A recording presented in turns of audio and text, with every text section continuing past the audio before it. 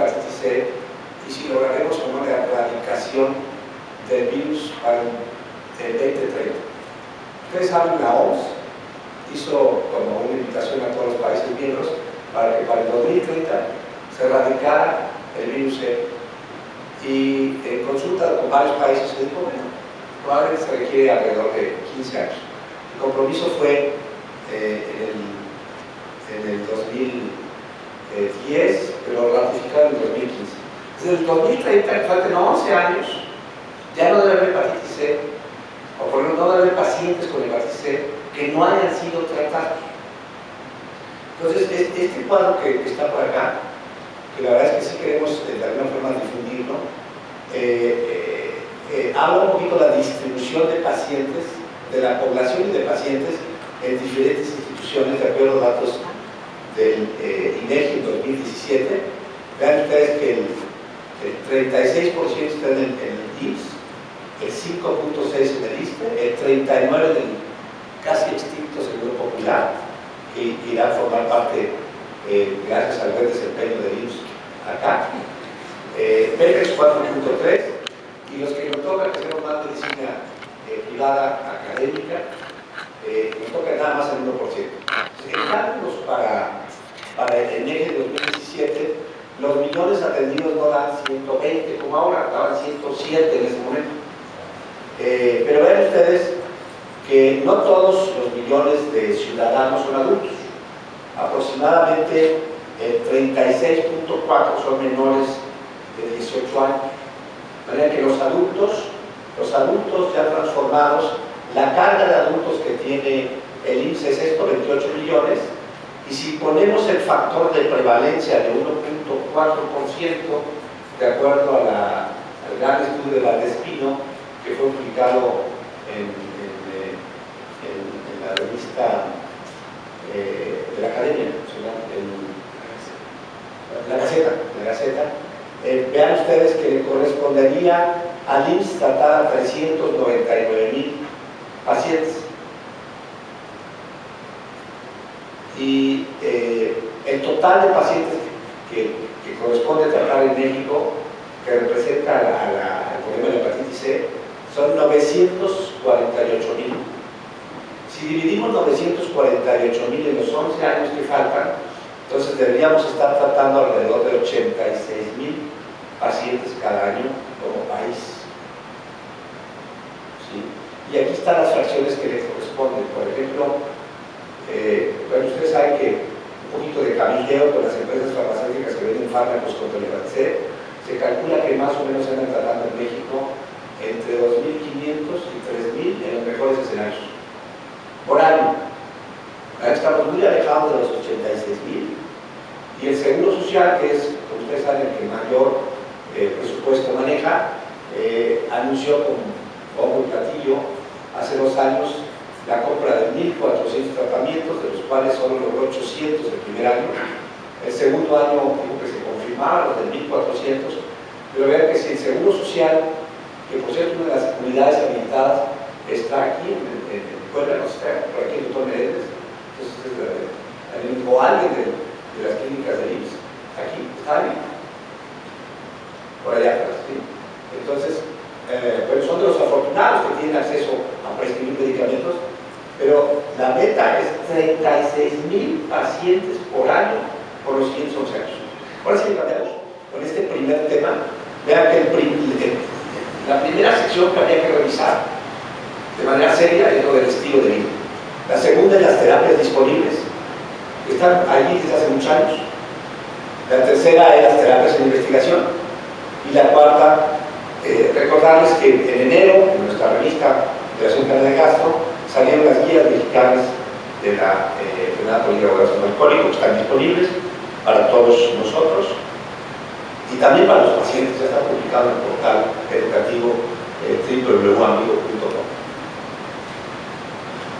Recordar un poquito un viejo maestro de Barcelona, director técnico del Hospital Clínico, dice que hay 4 determinantes de la salud y que yo lo manejamos con nuestros pacientes, pero a veces nos olvidamos de enfatizar.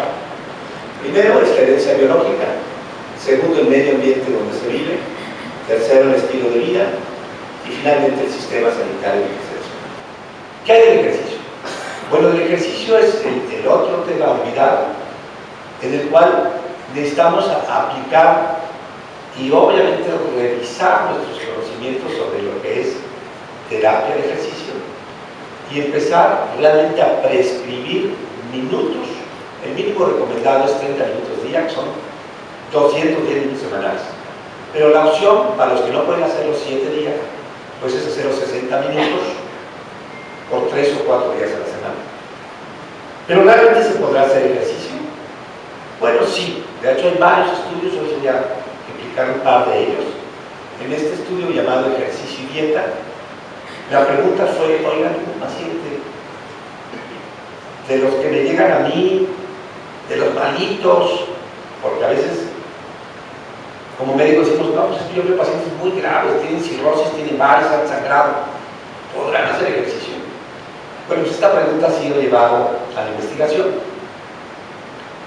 El grupo de pacientes evaluados en este estudio, un multicéntrico español, fue pacientes con cirrosis, con hipertensión portal y con varices. Se les dio una dieta hipocalórica reducida, dependiendo del peso inicial, en 500 o 1000 calorías menos por día de su consumo habitual, garantizando estos porcentajes de los macronutrientes, y a todos se les tomó gradiente de presión de venas suprahepáticas originalmente, y además de sus parámetros pilares, con el fin de ver si había o no riesgos en cuanto a la hipertensión portal. Porque obviamente la teoría era mejorar la hipertensión portal. Y bueno, la terapia, ejercicio y dieta, la parte de ejercicio implicaba hacer los 30 minutos diarios, pero al menos una sesión tenía que ser supervisada cada semana durante las 16 semanas de duración. Y esa sesión supervisada incluía 10 minutos de calentamiento, 40 minutos de ejercicio aeróbico y 10 minutos de enfriamiento. Y era dentro de las instalaciones de los hospitales participantes, ¿no? Por eso ya le enviamos una petición a Andrés Manuel para que compre los gimnasios de cadena y que los asocie a hospitales. Ahora, ¿qué pasó en el estudio? Bueno, no todos terminaron un 83%. Lo interesante es que la masa corporal se disminuye al menos un 5% del 50% de la población y un 10% en el 16% de la población. Vean que el gradiente de presión de suprahepáticas se logró una reducción mayor al 10% del 42% y mayor al 20% en el 24%. Y interesantemente hubo 4 pacientes con regresión total de la hipertensión portal. O sea, les bajó a menos de 10 milímetros, pero el riesgo total de riesgo, a menos de 10 milímetros de riesgo. Que arriba de 10 se puede que sí hay riesgo de morir. Y la tercera dimensión es esto de enseñarles a los pacientes que no vayan con la camiseta de víctimas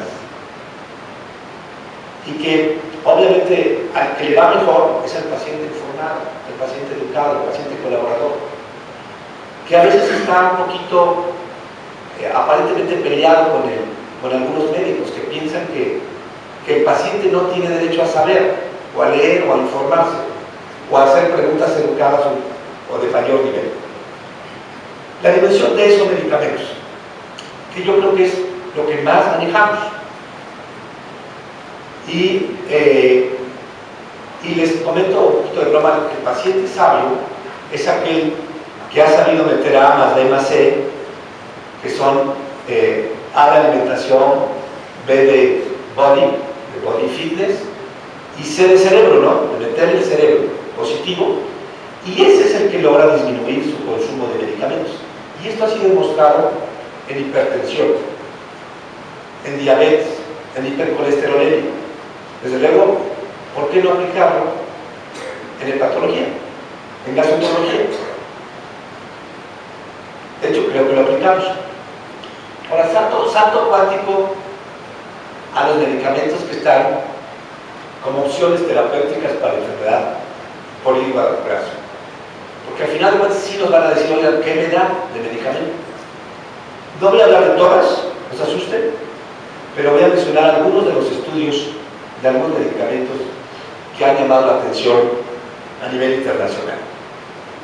Tal vez uno de los estudios, las publicaciones serias interesantes es este metaanálisis de estudios controlados para esteatohepatitis no alcohólica, y tal vez un poco para recordar nuestras clases de metodología de investigación sobre lo que llamamos la representatividad de la información y la validez.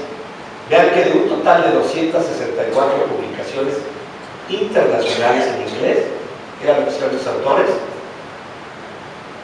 se quedaron con 36, porque los demás eran de otros temas, 36 clínicos. Pero una vez que dijeron, no, es que quiero quedarme con los bien hechos, pues son estudios controlados,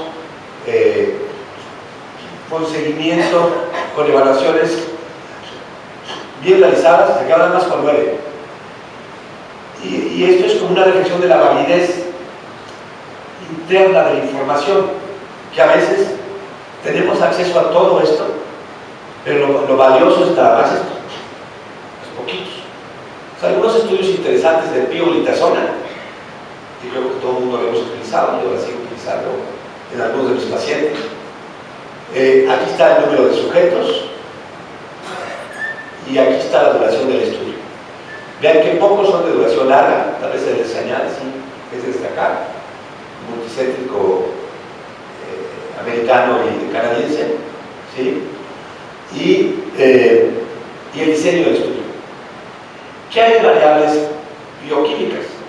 Que yo creo que la justificación con nuestros colegas del área de medicina interna, de endocrino y de cardio, pues sí hay mejoría en hemoglobina, por supuesto, comparado en ambos grupos, tanto en el pioglitazona como en el control.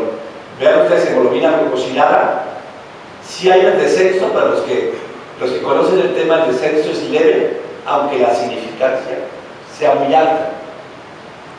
Significancia muy alta derivada de que es un grupo grande de pacientes. Y este es el análisis grupal. ¿Reducción en glucosa?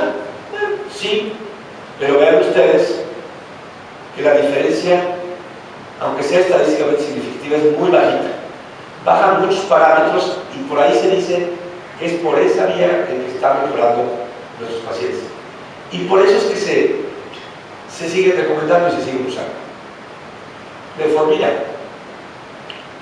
3 estudios. Vean que la duración del estudio, la duración es más corta y el número de sujetos es más corto. También estudios controlados, aleatorizados. Degeneración valonoide, vean ustedes que la mejoría es mínimo, marginal.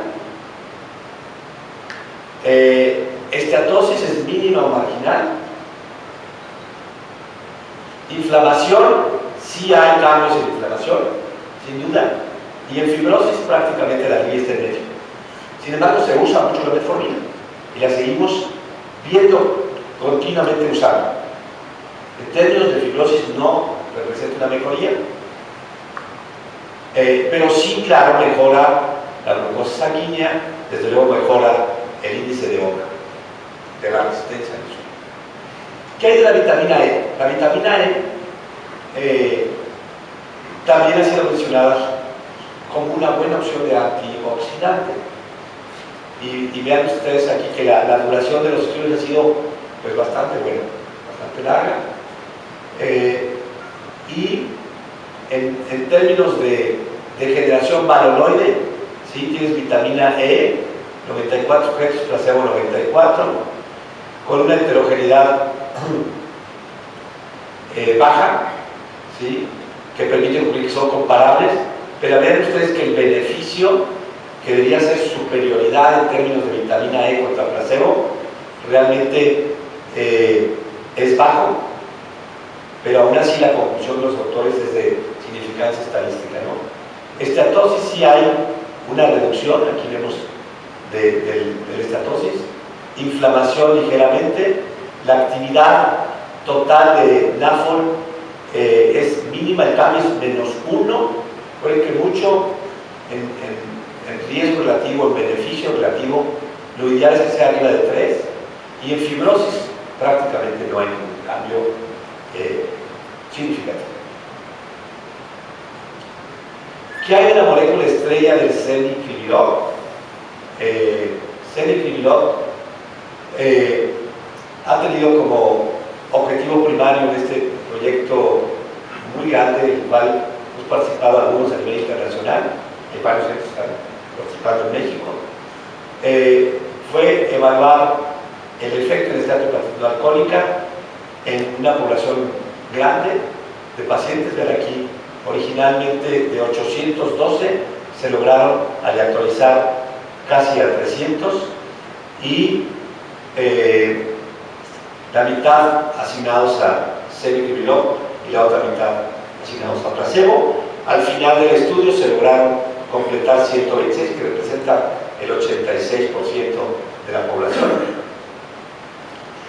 El objetivo primario fue mejoría en el índice de esteatohepatitis no alcohólica, que se logró, vean ustedes, en el 15.9% de los sujetos con celicribilol y en el 18.8% de los pacientes con placebo. En cuanto a objetivo secundario, mejoría de la fibrosis, vean ustedes, celicribilol logra mejoría un 20% de los sujetos y el placebo el 10.4%. Esta diferencia de 9.6% ha hecho que la empresa farmacéutica propietaria de celicribilol autorizara un segundo estudio más grande con alrededor de 1000 pacientes, que veremos más adelante, y a una duración más larga de tiempo. Pero esto generó mucho entusiasmo, o sea, una diferencia, bueno, una mejoría del 20% con una diferencia de 9.6%.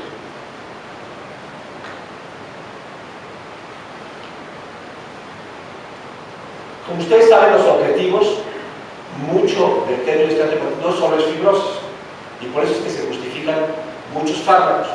Es reducir trastornos del metabolismo lipídico, es reducir trastornos de la inflamación y fibrosis. Entonces, claro, para algunos el único importante es la fibrosis, para otros la estatosis y para otros pues la inflamación.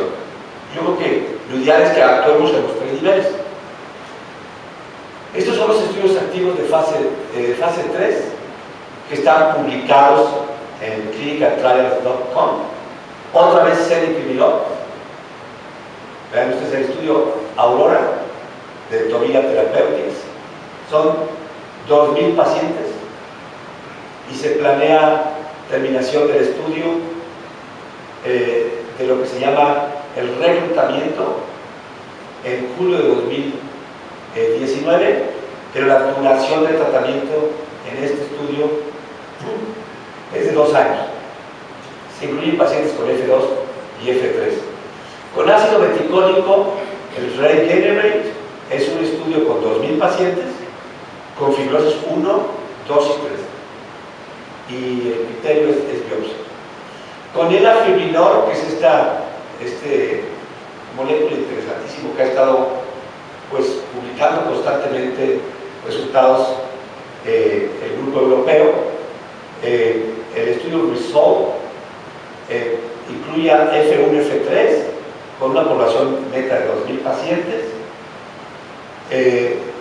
resultados que terminarán en diciembre de 2021. Esta molécula está muy interesante porque es una molécula que va a permitir inhibir un gen promotor de cascada de fibrosis, y va a haber el estudio estelar 3 de F3 y estelar 4, digamos con una población bastante grande. Algunos de los que ya sabemos resultados, el de celecoxib que les mencioné, que hubo una mejoría del 20%, y el de la fibrinol hubo una resolución del NASH en 19% del grupo que tenía la dosis más alta y del solo 12% en el grupo de placebo. Esta diferencia del 7% es lo que están utilizando la industria farma para decir vamos a seguir, pero con más pacientes. Lo cual nos invita a ser muy críticos de estas nuevas moléculas, porque el beneficio esperable realmente es marginal. Con ácido meticólico, que no sé si algunos de ustedes han seguido las crónicas de esta nueva terapia para CBP, pero que ahora se quiere utilizar también para esta hepatitis, la molécula en Estados Unidos, aprobada por la FDA, tiene un costo el precio de venta actualizado de $72,000 anuales, más o menos como $6,500 mensuales. Es lo que cuesta la nueva variante de uso, el ácido meticólico, ¿sí? Este estudio está muy interesante, que es Selocentir, y este Selonsertib es de Gilead, y es un monoclonal que se tiene que inyectar, pero es asociado probablemente a una nueva molécula. Vean que este está más prometedor, 43 contra 30% del placebo, aún así 13% de diferencia, que parecería poquito. Les mencionaré muy brevemente 3 estudios. Los 2 primeros fueron publicados por el doctor Juan Almerdaris, uno con 15 pacientes, otro con 28 pacientes, y el más reciente con 122 pacientes, un estudio multicéntrico que presentamos en el Congreso Americano de Patología el pasado mes de noviembre en San Francisco. El primer estudio del doctor Almerdaris, de pacientes con hepatitis C, todos ellos, su osadía fue decir que 5 pacientes se mejoraron de su fibrosis. Eso no le gustó a muchos hepatólogos mexicanos, pero eso fue lo que publicó y está publicado en Gut. El segundo estudio fue con 28 pacientes, en el cual se evaluaron actividad necroinflamatoria y fibrosis, y encontró una mejoría.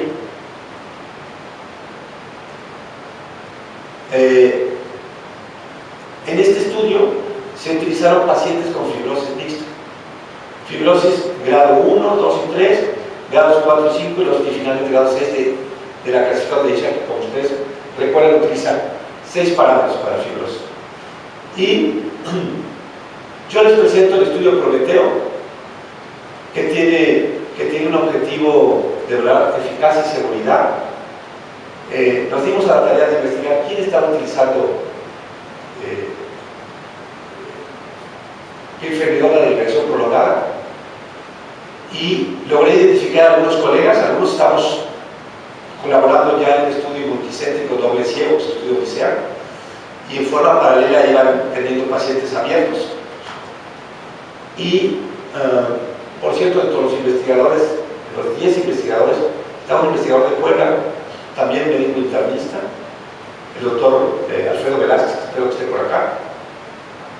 Identificamos a 379 sujetos, 281 que tenían más de 3 meses de tratamiento y que tenían F3, F4.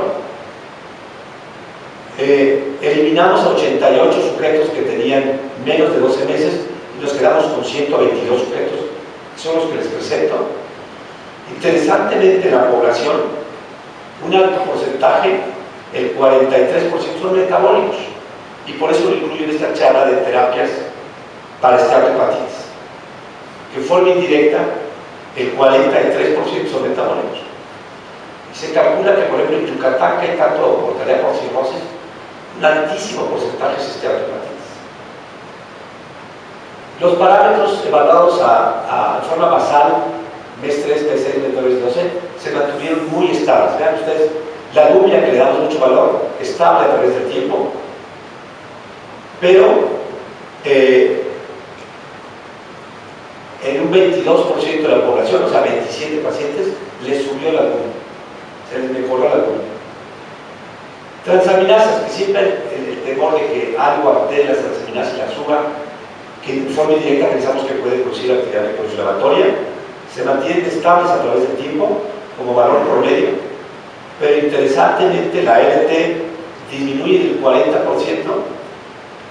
y la AST del 43%, confirmando un efecto dual. Recuerden que tiene un efecto también antiinflamatorio y de protección contra daño oxidativo. Pero tal vez el resultado más interesante es en términos de la rigidez hepática. Es el promedio de kilopascales del grupo total, de los 122, 26.5, se salió más o menos, y 21.5 al final, no fue una diferencia estadísticamente significativa. Cuando lo vemos como criterio internacional de al menos diferencia del 30%, o sea que tiene que bajar un 30% su valor de la astografía inicial, esto se logra en 43 de los 122 pacientes, que es el 35%, utilizando el parámetro de la astografía. Utilizando el parámetro de FibroTest, que como saben es una de las pruebas que más posicionamiento ha tenido a nivel mundial. Vean ustedes una reducción de 0.79 a 0.61 como promedio. El valor de corte para cirrosis es 0.74. Interesantemente, el cambio no se logra ver a 6 meses de tratamiento. Se requiere que al menos reciba el paciente un año de tratamiento para ver la mejoría o el cambio significativo.